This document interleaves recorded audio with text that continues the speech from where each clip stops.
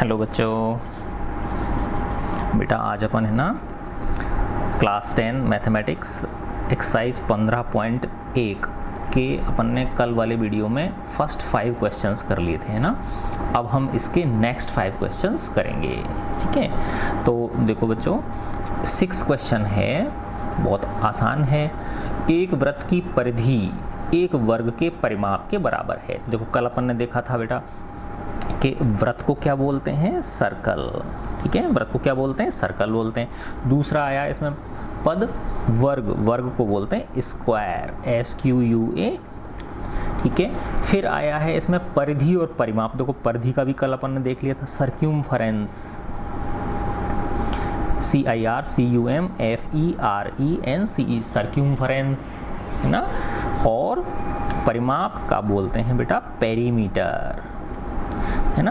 देखो वैसे तो क्या है, परिधि और परिमाप एक ही बात है, यानी किसी एक बिंदु से चले आप और उसी बिंदु पर लौट के आके, तो वो जो तय की गई दूरी होती है वृत्त के केस में वो परिधि कहलाती है ना। और जो आकृतियां होती हैं, ज्यामितीय आकृतियां जो होती हैं, त्रिभुज, चतुर्भुज, उनके केस में वो परिमाप कहलाती है, ठीक है। तो हमको ये कह रहा है कि एक वृत्त की परिधि, एक तो क्या बेटा वृत्त है, ठीक है ना, एक तो क्या है वृत्त है, और एक क्या है वर्ग है ना। इन दोनों की क्या कह रहा है ये कि इनका जो परिमाप है वो बराबर है ना। मान लिया मैंने बेटा ये जो वृत्त है इसकी त्रिज्या r है और ये जो वर्ग है ना, इसकी भुजा जो है वो a है ना। ये a है तो ये भी a होगी, ये भी a होगी और ये भी a होगी, ठीक है। तो हमको दे क्या रखा है बेटा कि इसकी परिधि क्या होती है 2πr और इसका परिमाप क्या होता है a 4a हो गया, है ना। तो इसका परिमाप क्या होता है 4a। तो ये चीज़ हमको दे रखी है कि ये जो 2πr है ये इस 4a के बराबर है ना। तो 2πr इक्वल टू 4a, ये हमको दे रखा है। अच्छा, अब दूसरी चीज़ देखो, दूसरा क्या दिया हुआ बेटा इसने, यदि वर्ग का क्षेत्रफल 484 वर्ग मीटर है, यानी ये जो वर्ग है इसका क्षेत्रफल दे रखा है हमको, है ना। तो वर्ग का क्षेत्रफल कितना दिया हुआ है 484 वर्ग मीटर। अब वर्ग का क्षेत्रफल क्या होता है बेटा, भुजा गुणा भुजा होता है, भुजा का स्क्वायर होता है ना, भुजा गुणा भुजा या भुजा का स्क्वायर। तो क्या हो गया a का स्क्वायर बराबर 484। तो a बराबर क्या हो जाएगा बेटा 484 का क्या ले लेंगे हम, वर्गमूल ले लेंगे, है ना। वर्गमूल निकालना आपको आता ही है, देखो, है ना। इस तरह से करते हैं ना अपन 484। तो देखो दाईं तरफ से जो जोड़े बनाते हैं तो 84 का जोड़ा बन गया और एक ये 4 का बन गया, 2 का भाग दिया, 2 दूनी 4, ठीक है, 2 दूनी 4 हो गया। अब देखो बेटा इसका दुगना करते हैं तो ये 2 का दुगना क्या हो गया 4, ठीक है। अब इसके 84 हमने नीचे उतार लिया। अब 4 के बगल में जो दूसरा अंक लिखेंगे वो इस प्रकार लिखते हैं कि उसको उससे गुणा करने पे ये चीज़ आ जाए, है ना। तो देखो मैं 4 के बगल में 1 यहाँ रखूँगा तो 1 ही मुझे यहाँ रखना पड़ेगा, तो 41 को 1 से गुणा करूँगा तो 41 ही आएगा, तो 84 तो से कम है। 2 रखा मैंने, यहाँ 2 रखूँगा तो यहाँ भी 2 रखना पड़ेगा, तो यहाँ तो हो जाएगा 42 हो जाएगा और यहाँ 2 हो जाएगा, तो 42 गुणा 2 करेंगे तो 84 आ गया, है ना। इसका मतलब यहाँ भी 2 रखना पड़ेगा और यहाँ भी 2 रखना पड़ेगा, है ना। तो क्या आ गया वर्गमूल 22 आ गया बेटा इसका, है ना। अभाज्य गुणनखंड विधि से भी कर सकते हो, लेकिन इस तरह करना सीखो बेटा, है ना, ये ज़्यादा आसान होता है और जल्दी भी हो जाता है ना। तो जो भुजा है इसकी कितनी निकल गई 22 मीटर निकल गई a, है ना, किसकी वर्ग की, है ना। ये जो वर्ग है इसकी भुजा कितनी आ गई आपके पास 22 में। अब यहाँ रख दो आप इसको, है ना, क्योंकि निकलवाना क्या चाह रहा है हमसे, वृत्त का क्षेत्रफल निकलवाना चाह रहा है, इस वृत्त का क्षेत्रफल, है ना, इस वृत्त का क्षेत्रफल हमसे निकलवाना चाह रहा है। इसका मतलब πr स्क्वायर निकलवाना चाह रहा है, तो r चाहिए ना आपको बेटा, तो अब r आपको यहाँ से मिलेगी, ठीक है ना।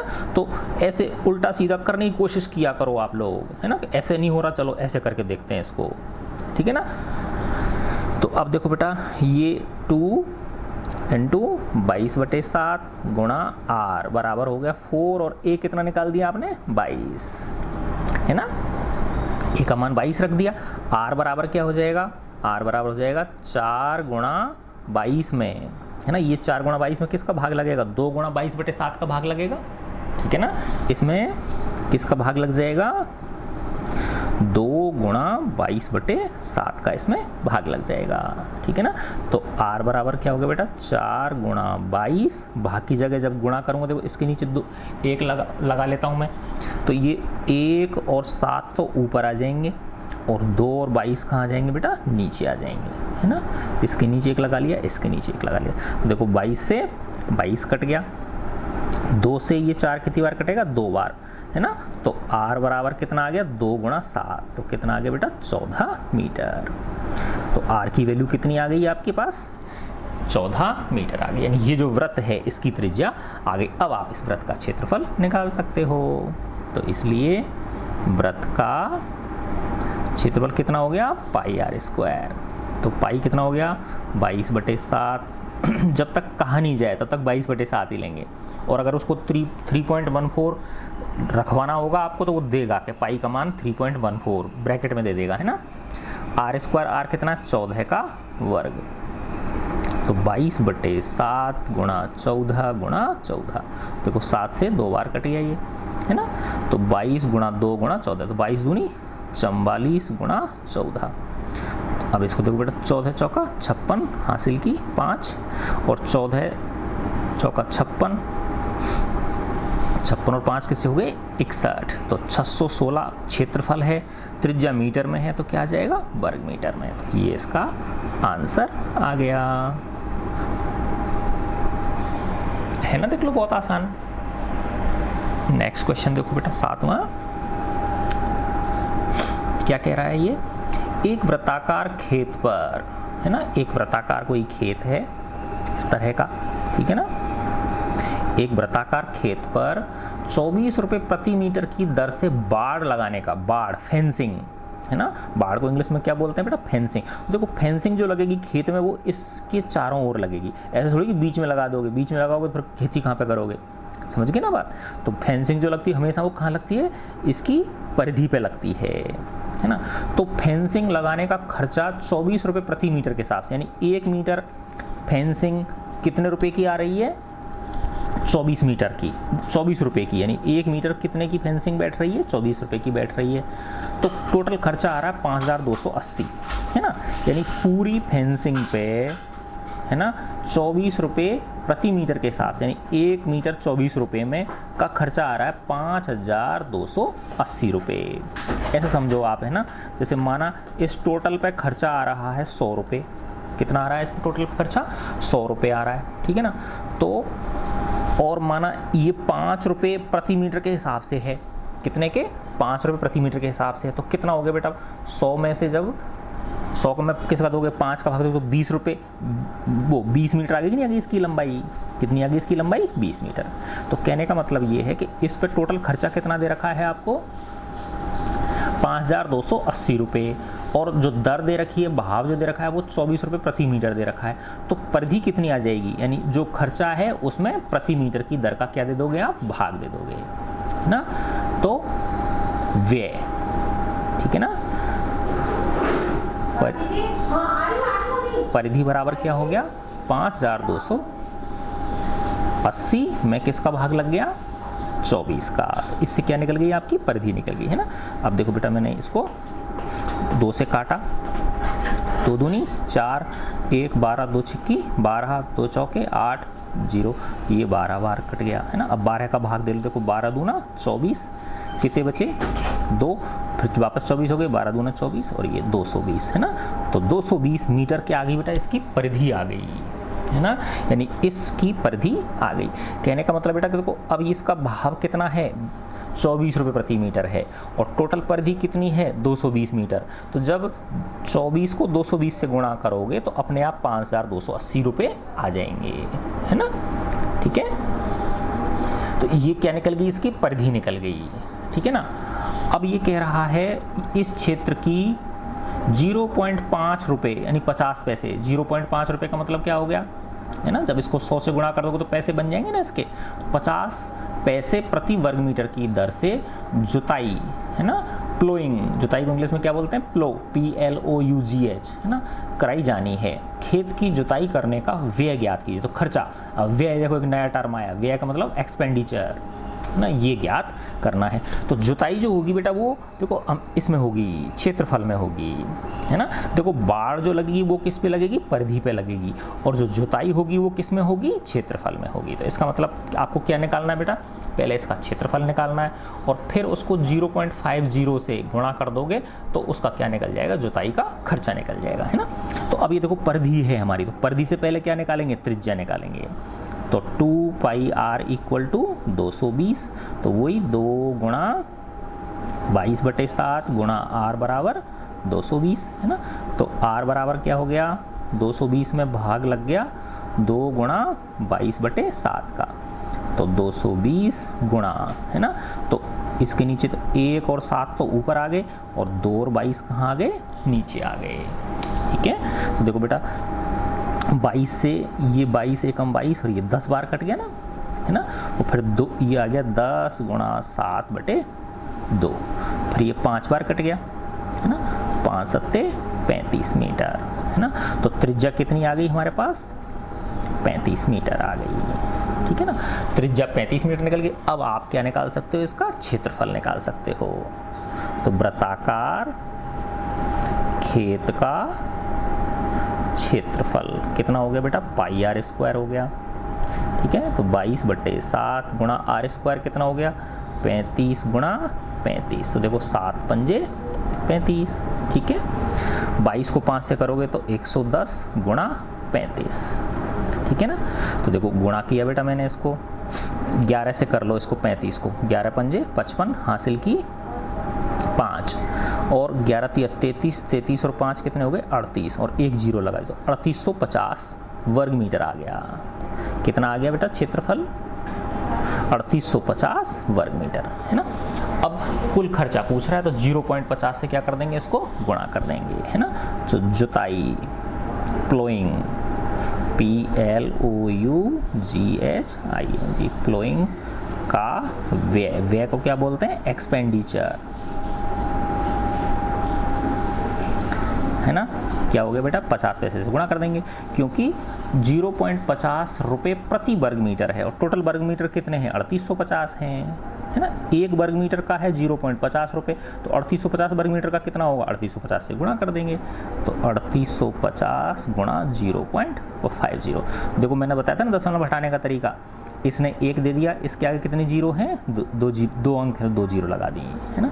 देखो बेटा अब ये क्या बन गया, ये बन गया आपका 3850 गुणा 50/100, ठीक है। 0 से 1 जीरो कट गई, 1 जीरो से ये जीरो कट गई, तो 385 गुणा 5 कितना आ गया, 385 गुणा 5, देखो 25 हासिल की 2, ठीक है।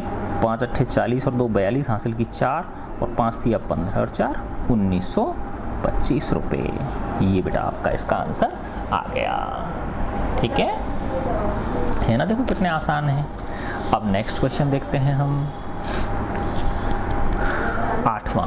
अब नेक्स्ट क्वेश्चन है हमारा क्वेश्चन नंबर 8। 8वें प्रश्न में क्या कह रहा है बेटा, देखो ये एक वृत्ताकार घास के मैदान की त्रिज्या 35 मीटर है ना। एक वृत्ताकार घास का मैदान है जिसकी त्रिज्या क्या दे रखी है हमको, आर, ये आर हमको दे रखी है 35 मीटर है। एक वृत्ताकार घास के मैदान की त्रिज्या 35 मीटर है, इसके चारों ओर 7 मीटर चौड़ा मार्ग बना हुआ है ना। इसके चारों ओर एक मार्ग बना हुआ है, तो देखो बेटा ऐसे मैं दोबारा बनाता हूँ इसको, है ना। एक तो ये हो गया, और फिर इसके चारों ओर क्या बना हुआ है, एक मार्ग बना हुआ है इस तरह से, है ना, ठीक है। इसकी चौड़ाई कितनी दे रखी है आपको, 7 मीटर, है ना। यानी ये जो है, ठीक है, ये दूरी जो है ये कितनी है, 7 मीटर है, ठीक है। तो एक वृत्ताकार घास के मैदान की त्रिज्या 35 मीटर है, तो देखो अंदर से अंदर यहाँ से लेके यहाँ तक ये कितनी है, 35 मीटर है ना। और यहाँ से लेके यहाँ तक कितनी है, 7 मीटर है। तो यहाँ से लेके बाहर तक कितनी हो गई, 35 और 7 42, आया ना बेटा समझ में, है ना। क्योंकि देखो अंदर वाले वृत्त की त्रिज्या कितनी है, 35, इसकी चौड़ाई जो है वृत्ताकार जो वो बना हुआ है मार्ग जो बना हुआ है 7 मीटर, तो सब जगह 7-7 मीटर है ये, है ना। तो 35 और 7 कितनी हो गई 42। तो आंतरिक वृत्त की त्रिज्या तो है 35 मीटर और बाह्य वृत्त की त्रिज्या कितनी हो गई 35 और 7 42 मीटर। आगे ना बात समझ बेटा, ठीक है ना। हाँ, तो अब देखो एक वृत्ताकार घास के मैदान की त्रिज्या 35 मीटर है, इसके चारों ओर 7 मीटर चौड़ा मार्ग बना हुआ है, मार्ग का क्षेत्रफल ज्ञात कीजिए। तो बेटा इस मार्ग का क्षेत्रफल आपसे निकलवाना ये चाह रहा है। ये जो मार्ग है इस तरह का, समझ रहे हो ना आप लोग, ये जो मार्ग है इसका क्षेत्रफल आपसे ये निकलवाना चाह रहा है। देखो इस मार्ग का क्षेत्रफल कैसे निकाल सकते हैं बेटा, बहुत आसान है कि इस पहले बाहरी वृत्त का क्षेत्रफल निकाल लो, है ना, फिर आंतरिक वृत्त का क्षेत्रफल निकाल लो, है ना बात समझ में, है ना। तो बाहरी वृत्त के क्षेत्रफल में से जब आंतरिक वृत्त का क्षेत्रफल घटा दोगे तो ये बच जाएगा कि नहीं बच जाएगा। ऐसे समझो एक बड़ी रोटी ली आपने, है ना, और फिर अंदर से उसमें से एक ऐसे चाकू से इस तरह से काट दिया, तो फिर ये छल्ला सा बन जाएगा नहीं बन जाएगा, इस तरह का छल्ला बन जाएगा फिर आपके पास, है ना, समझे ना बात। इस तरह का छल्ला बन जाएगा, ये वाला छल्ला बन जाएगा, क्योंकि ये अंदर वाले को क्या कर दिया आपने, बाहर वाले में से बाहर निकाल दिया। ठीक है, तो मार्ग का क्षेत्रफल कितना हो गया, मार्ग का क्षेत्रफल वो हो जाएगा बेटा बाहरी वृत्त का क्षेत्रफल माइनस आंतरिक वृत्त का क्षेत्रफल। ठीक है, तो बाहरी वृत्त का क्षेत्रफल क्या होगा बेटा पाई, और बाहरी वृत्त की त्रिज्या कितनी है 35 + 7, है ना। तो 35 और 7 कितनी हो गई 42, 42 पाई आर स्क्वायर, 42 का वर्ग माइनस पाई आर स्क्वायर, आंतरिक का कितना है 35 का स्क्वायर, है ना। देखो कितना आसान है। अब देखो पाई कॉमन ले लिया मैंने दोनों में, तो यहाँ तो क्या आ गया 42 स्क्वायर आ गया, और यहाँ क्या आ गया -35 स्क्वायर आ गया।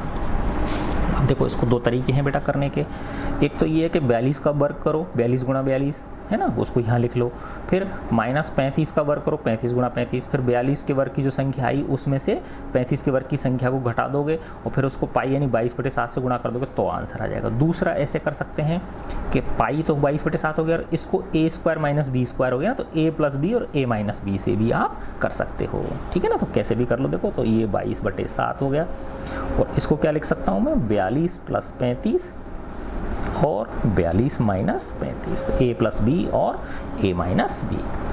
तो 22/7, 5 और 2 7 और 3 और 4 7, 77, और ये कितना हो जाएगा बेटा, इसमें से घटाओगे तो ये भी कितना बचा 7 बचा, है ना। तो देखो इस 7 से ये 7 कट गया नहीं कट गया, तो क्या आ गया आपके पास 22 × 77, है ना। मीटर में है तो किस में आ गया वर्ग मीटर में, है ना। अब 22 को और 77 को क्या कर दो आप गुणा, 7 दूनी 14 हासिल की 1, 7 दूनी 14 और 1 15, फिर ये वही 4 5 और 1, तो 4 9 6 1, तो कितना आ गया बेटा 1694 वर्ग मीटर, है ना। आसान देख लो, है ना। तो क्या करना है बेटा, उसको बाहरी वृत्त के क्षेत्रफल में से आंतरिक वृत्त के क्षेत्रफल को हमें घटा देना है। ठीक है, अब 9th क्वेश्चन देखो बहुत आसान है। दो संकेंद्रीय वृत्तों का परिबद्ध क्षेत्रफल क्या होता है ना। ABCD दे रखे हैं। देखो ये वाला जो सवाल है उसी तरह का बेटा, एक तो वृत्त ये है और दूसरा वृत्त इसके अंदर है, संकेंद्रीय है। संकेंद्रीय का मतलब क्या होता है बेटा, इन दोनों का केंद्र क्या है एक ही है, यानी प्रकार की नोक रख के इसको भी यहीं पे इसी से बनाया गया, और प्रकार की नोक रख के थोड़ी सी बढ़ा दिया तो इसको भी यहीं बनाया गया है ना। तो दो संकेंद्रीय वृत्तों द्वारा परिबद्ध क्षेत्रफल, तो दो संकेंद्रीय वृत्तों द्वारा परिबद्ध क्षेत्रफल क्या होता है, यही वाला होता है बेटा। ठीक है ना, ये जो है ना इसी को क्या बोलते हैं हम, दो संकेंद्रीय वृत्तों द्वारा परिबद्ध क्षेत्रफल, है ना। तो अगर माना देखो ये बाहरी जो वृत्त है बेटा, है ना, बाहरी वृत्त की त्रिज्या r है और आंतरिक वृत्त की त्रिज्या माना r है ना। बाहरी वृत्त की त्रिज्या, बाहरी वृत्त की त्रिज्या बराबर तो है R, और आंतरिक वृत्त की त्रिज्या ये है स्मॉल आर। ठीक है ना। तो अभी क्या देखा था हमने, इस पट्टी का क्षेत्रफल निकालने के लिए, परिबद्ध क्षेत्रफल का निकालने के लिए क्या करते हैं, बाहरी वृत्त के क्षेत्रफल में से किसको घटा देते हैं, हम आंतरिक वृत्त के क्षेत्रफल को घटा देते हैं, है ना। तो दोनों वृत्तों द्वारा परिबद्ध क्षेत्रफल, है ना, तो परिबद्ध क्षेत्रफल क्या हो गया बेटा, बाहरी वृत्त का क्षेत्रफल माइनस आंतरिक वृत्त का क्षेत्रफल। ठीक है। बाहरी वृत्त की त्रिज्या क्या है, कैपिटल आर, तो pi capital R square, minus आंतरिक वृत्त की त्रिज्या क्या है, small R, pi R square. तो देखो पाई कॉमन आ गया, तो ये आ गया R square minus R square. तो देखो A square minus B square हो गया ना, ये तो ए प्लस बी और ए माइनस बी।